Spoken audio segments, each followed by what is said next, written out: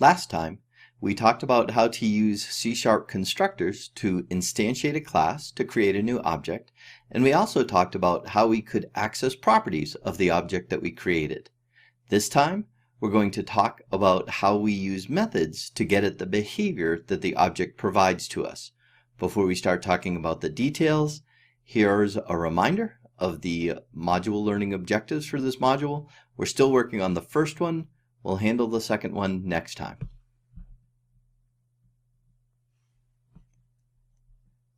We'll immediately start with an in-lecture quiz, so you can tell me whether or not you remember how we actually access the behavior of an object.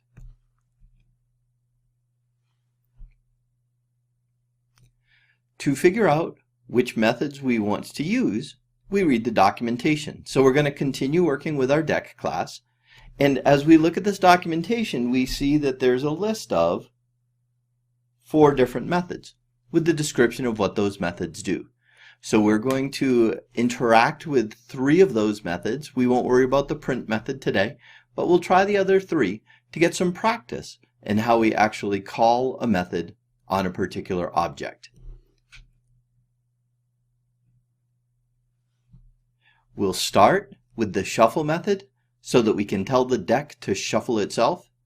So let's talk about what this documentation tells us. First of all, we know the method is public.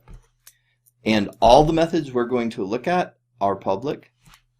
So we will be accessing them from external to the deck class. The next thing is we have this indicator of what data type the method actually returns. So sometimes the method will return something to us, and we'll see that before we finish the lecture. But sometimes it doesn't. Sometimes it just, the deck shuffles itself, but what would it give back to us? There's nothing to get back. And there's a special word that we use in C# to say this method really doesn't return anything to us, and that word is void. So the shuffle method doesn't return anything to us. The next thing we see, I won't bother underlining it, is the method name. So the method name for shuffling the deck is shuffle. And then finally, just as for the constructor, we have parentheses that say what kind of information needs to be provided to the method. And for the shuffle method, there is no information that needs to be provided. So let's go to our environment.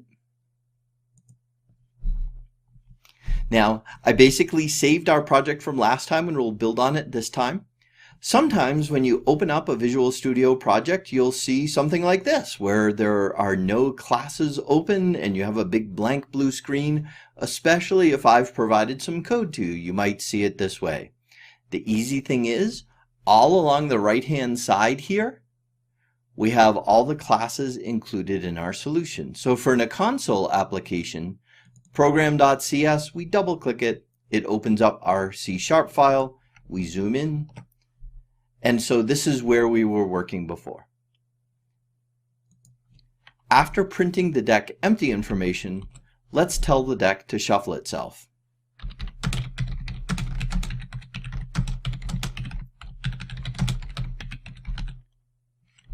And of course, we don't start comments with single quotes, we start them with //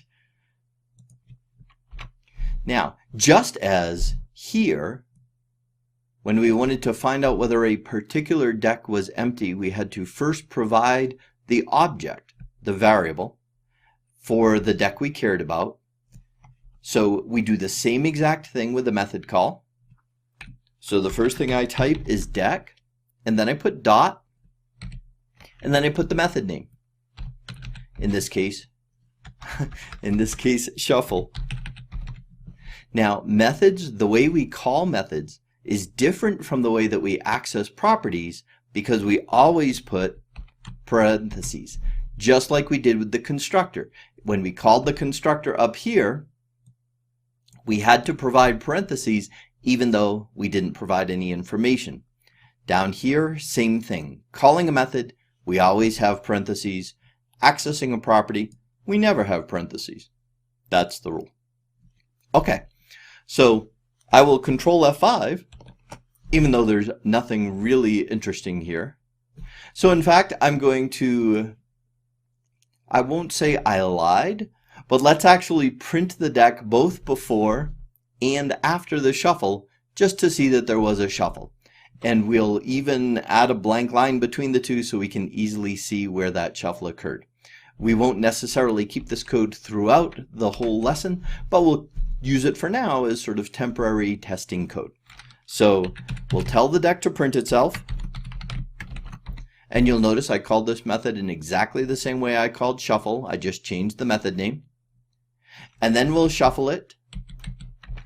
And then we'll tell the deck to print itself again. And in fact, we better add that blank line I promised you. Like so. So when I control F5, I've created the deck. I'm going to scroll up in this window.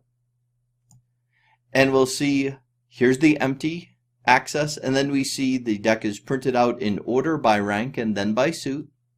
We look for the blank line. There it is. And now we look at the contents of the deck from top to bottom, and we see that it's shuffled. So we have assurance that I have, in fact, shuffled the deck properly. Now this was temporary testing code, so I'm highlighting or selecting this line and clicking up here that says commented out. I'm going to select these lines and say comment them out. So that's a really useful development environment thing to be able to add code and comment it out when we don't want it anymore. Eventually we would get rid of this code, but we'll leave it there for now. And that's it for telling the deck to shuffle itself, our first call to a method to actually make the deck object do something. The next method we're going to look at is cut, because that's slightly more complicated in terms of the way we call the method. So let's move on to the cut, and here's what's different. It's still public, it's still void. The method name is different, as you'd expect, but the big difference is right here in the documentation. For the first time, we're seeing something that we call that has something between those parentheses, something that we're supposed to provide to the method. And in this particular case, it says the location at which to cut the deck. That's what we're supposed to provide.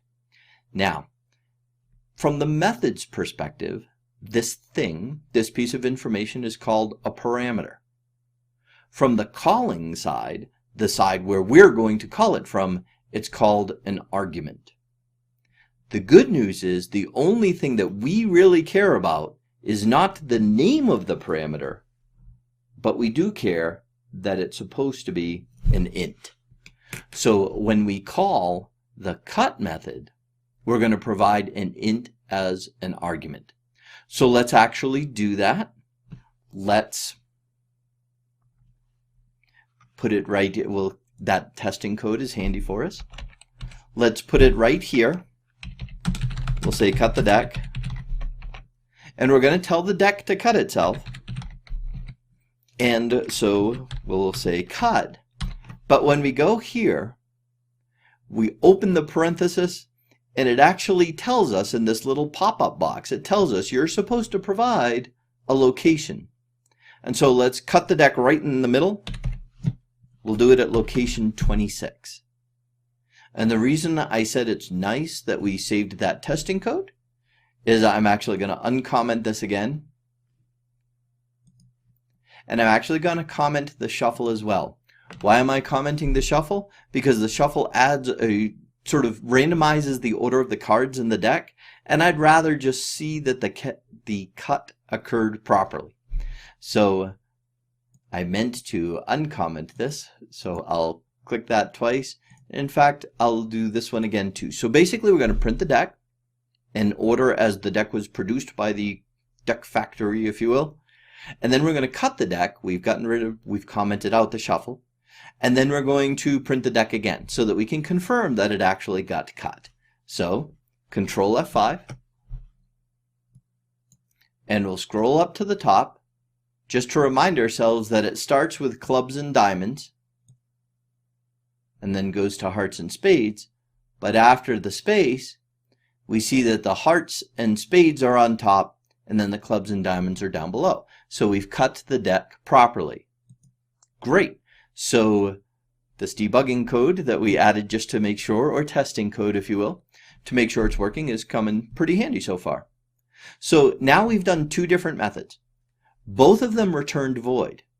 So the first one returned nothing and we didn't have to provide anything and it just shuffled the deck. The second one, it returned nothing and we had to provide one piece of information to it. So let's look at one more example of how we call methods. The next method that we want to take a look at will be take top card. Because it's fairly common for us to actually want to take the top card from a deck, whether we're flipping it over into a pile or handing it to a player or something like that. So we want to take the top card. Again, it's a public method. This time though, we can see here that it doesn't return nothing. It returns a card object. So that makes sense, right? If we're going to take the top card from the deck, we want to put it somewhere or print it or something, and so we would want to take that card. So let's actually comment out our testing code one more time. I'll even comment out the cutting the deck so that we know which card we really expect to get. We should get the ace of clubs when we take the top card. So let's actually take the top card, take top card, and print info. So this time, the method actually returns something to us, and we want to hold it in a variable. We know it returns a card, so this variable we hold it in needs to be of type card. I'll just call the variable card, and then we tell the deck that we want to take the top card, like so. And then we're going to print the rank and suit of the card by accessing the properties of the card, just like we accessed the property of the deck to see if it was empty. So we'll do a console write line, and we'll access the rank, and then we'll concatenate a string that says of with spaces on both sides, and then we'll concatenate the suit. So now when I run the code, the deck is not empty and we get the king of spades. So I lied to you. When we print the deck, we actually print it from bottom to top, not from top to bottom. So we got the top card, which is the king of spades. And actually, if you take a look at the book, it talks about why, for efficiency's sake, we want to do it that way. Okay, so I got to the king of spades. Now, a caution for you. It is in fact possible, comment out this code, it is possible, even though the take top card method returns a card object, we can still call the method without putting the result into a variable. Basically what happens is we call the method, it hands an object back to us, and conceptually anyway, we just throw it on the ground and say, oh, I don't need that card after all. The problem is, of course, that if I've done that, now I can't print out information about the card. So this is useful sometimes, being able to call a method that returns something without storing what it returns, but it is not generally useful. Usually when we call a method that's going to return something, we want to store whatever it returns. And that's it for the C# calling three different kinds of methods on the deck class. One that doesn't return anything and doesn't have any parameters, one that doesn't return anything and does have a parameter or an argument from the calling side, that cut method, and one that does return something but doesn't require us to provide any information. So, to recap, we learned how to call various methods, and that completes our how do we handle the C# things with classes and objects. We now know how to create objects using the constructor. We know how to access the state of the objects using properties. And we know how to access the behavior of those objects by calling their methods. Next time, we'll finally get to that second module learning objective where we will in fact go through a design process for a class.